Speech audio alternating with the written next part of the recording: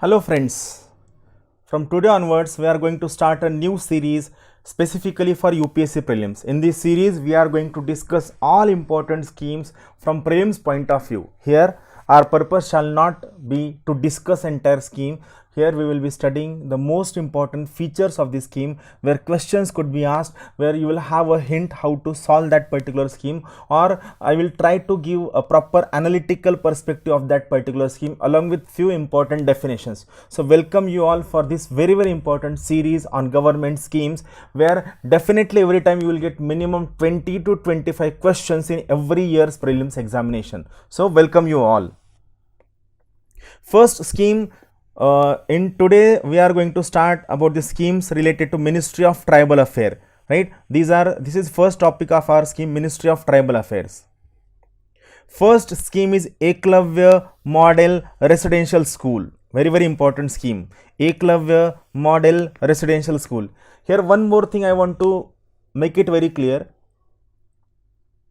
I will be repeating the lines, I will be repeating the sentences. It is not a kind of teaching of these schemes. Here main purpose shall be to make you mug up those schemes, to make you read that scheme, listen that scheme time and again. It will help you to build your listening capacity and it will help you in memorizing the things. So I will be repeating every point at least 1, 2 or 3 times. So first scheme is Eklavya Model Residential School scheme. What is the objective of this scheme? To provide quality middle and high level education. Remember, this is purpose, middle and high level education for scheduled tribes in remote areas. Second important objective is to enable them to get reservation. It is not about providing reservation, it is about enabling them to get reservation in various professional and educational courses and various private and government jobs. Here point from prelims which you should remember. Every prelims point I will be marking with the green marker. So here you have to remember, here this private is a part of very important from prelims point of view. Second, the word important is enabling them, it is not about providing education. Third, access to best quality education is the most important objective of Eklavya scheme. What are the features? It provides boarding and lodging facility. It is at par it is online with the Jawahar Navodaya Vidyalaya scheme, which were started by our ex-late Prime Minister Rajiv Gandhi ji. Facilities are being provided for preserving local art and culture. This is second important objective of this scheme, and providing sports and skill development. So boarding facility, lodging facility, protection and preservation of local art and culture, sports and skill development. This entire school shall come under an autonomous society which shall be headed by, or which shall come under Ministry of Tribal Affairs. It shall be similar to Navodaya Vidyalaya Samiti. It shall be an autonomous society. Now, what is the provision? All blocks, like all talukas with more than 50% ST population or at least 20,000 tribal population shall have Eklavya Model Residential School by 2022. Along with these things, 12 Eklavya Model Day Boarding School shall be started, where students are not expected to live at that place in the night. They have to come in the daytime, they have to attend the school, they have to attend all the facility, food and everything shall be provided, and by the evening time they have to leave the school. So it shall be a day boarding school. 12 day boarding school shall be started. This is the first scheme. Second, Vanbandhu Kalyan Yojana. I repeat once again, second one is Vanbandhu Kalyan Yojana. What it says? Objectives of Vanbandhu Kalyan Yojana are to provide quality of life, to provide quality of education, to provide qualitative and sustainable employment. Fourth, bridging infrastructure gap especially in rural and tribal areas. And last one, to provide, to protect and to promote tribal culture and heritage. Remember this scheme, it is Vanbandhu Kalyan Yojana. This scheme is a kind of umbrella scheme which tries to cover every aspect of tribal life.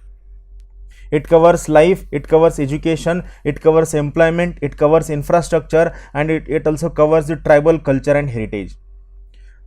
What are the features of this scheme? Basically, is a central sector scheme. It covers all tribal peoples across the country. It is not applicable to a particular region or particular sector.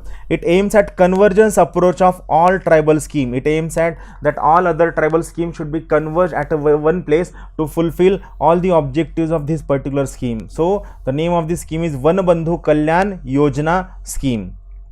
Now, third very important scheme is related with the economic aspect of tribal. This is scheme related with the minor forest produce. What is minor forest produce? We will see in next few slides.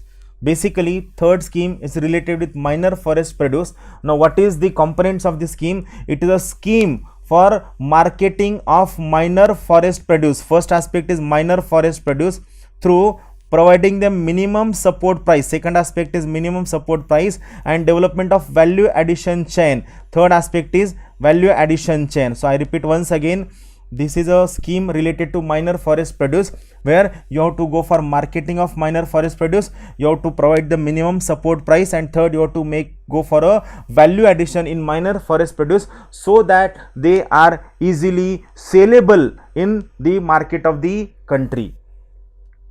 Now, here are certain important factual data. First thing, remember, minor forest produce was not defined in the Forest Act of 1927. I repeat once again, the definition of minor forest produce was not given in Forest Act of 1927. Minor forest produce has been defined recently in the year 2007. A very important point. It is defined in a scheme. The name of the scheme is Scheduled Tribe and Other Traditional Forest Dwellers Recognition of Forest Rights Act. I repeat once again, the minor forest produce has been defined in a very important act. The name of the act is Scheduled Tribes and Other Traditional Forest Dwellers Recognition of Forest Rights Act 2006. Now, what this act says, as per the act, what is minor forest produce? So basically, this is definition of minor forest produce. So what this act says, it says all non-timber forest produce, means which is not a timber or which do not come under the category of timber, all non-timber forest produce of plant origin, which includes bamboo, brushwood, stumps, canes, cocoons, honey, waxes, lac, tendu or kendu patta, leaves, medicinal plants and herbs, roots, tuber and the like.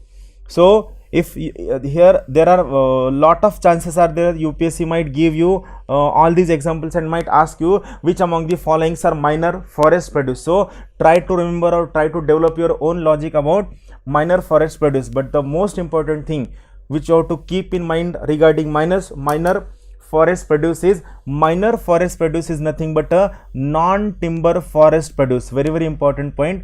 Minor forest produce is nothing but a non-timber forest produce.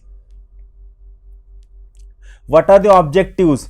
To ensure fair returns to the minor forest produce collectors or gatherers. They should get return, minor forest produce gatherers, as well as necessary infrastructure should be developed at local level to have value addition to all these minor forest produce so that their salability will increase. So first important point, to provide fair returns, and second, to provide infrastructure for value addition of this minor forest produce. What are the features? First important thing, how to decide the prices of minor forest produce. So to determine the prices of minor forest produce, a pricing cell shall be established in the TriFed to determine MSP. So remember, a pricing cell shall be established in TriFed to determine minor forest produce. Now, what shall be the basis for determining MSP? So it shall be based on, first thing, the cost of collection, second thing, cost of cleaning and primary processing, third thing, packaging, and fourth one, transportation and other aspects. So these are the four important aspects which goes into the decision regarding price or minimum support price. Third very important point, MSP for minor forest produce shall be declared by Ministry of Tribal Affairs. And last point, there shall be a state-wise minimum support price for each minor forest produce and shall be different from different state based on the availability, the cost of collection, the based price of processing, packaging and transportation. So these two are very important point which you should try to remember. Now next important point, MSP for minor forest produce shall be reviewed after every 3 years. I repeat once again, MSP for minor forest produce shall be revised after every 3 years. This revision shall take based on the cost of collection. So two important bits. First bit, it shall be revised after every 3 years and it shall be based on cost of collection, and this process is applicable throughout all the states in the India. Very important point.